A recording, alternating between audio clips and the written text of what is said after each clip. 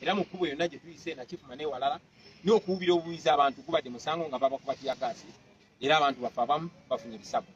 Bwe tukomyewo wano tusanzeewo ebbaluwa ng'eva ku police headquarters era ng'esayiningiddwa omwami gwe bayita Frank Mwesigwa. Ebbaluwa eyo ng'egamba bino wammanga, ng'egamba nti otukkiriza okugenda maaso n'enkuŋŋaana zaffe tulina okulaga poliisi puroguramu yaffe n'obudde bwe tuteekateeka okukoleramu ezo enkuŋŋaana kitwali twakola edda.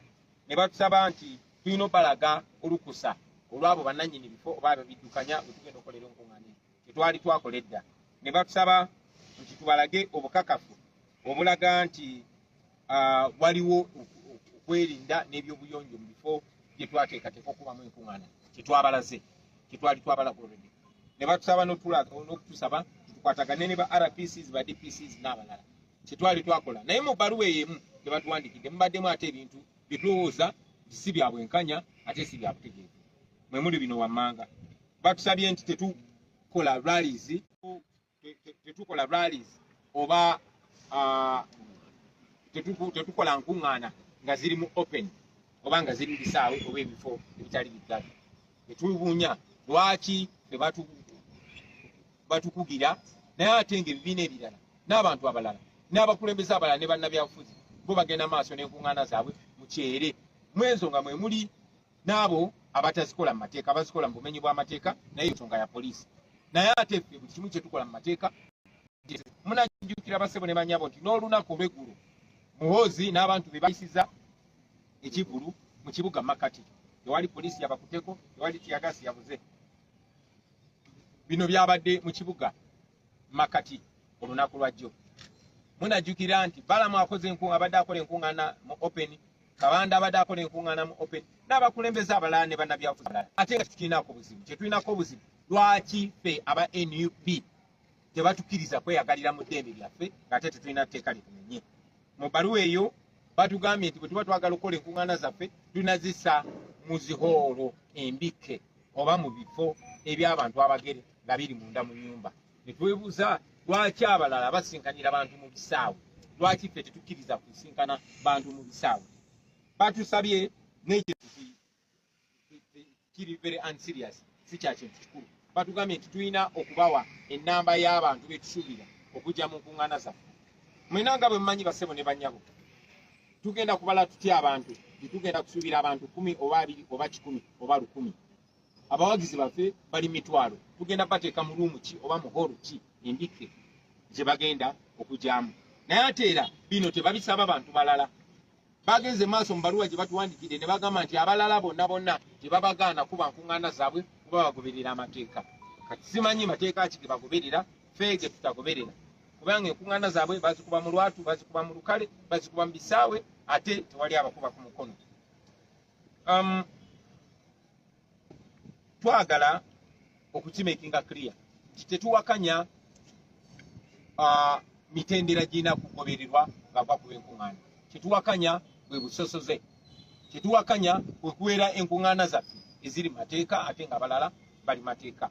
So mu bbaluwa eyo batusabye abakulembeze baffe babasinkane ku Mande bayite mu nsonga eno kye tutaganye. Era tubadde tulina okubeera leero batulemesezza okutuuka e Palisa enkya tubadde tugenda kubeera Tororo naye tetugenda genda Tororo. Ne ku Mande tubadde tulina kubeera Mityana naye tetugenda gendayo paka ku Mande.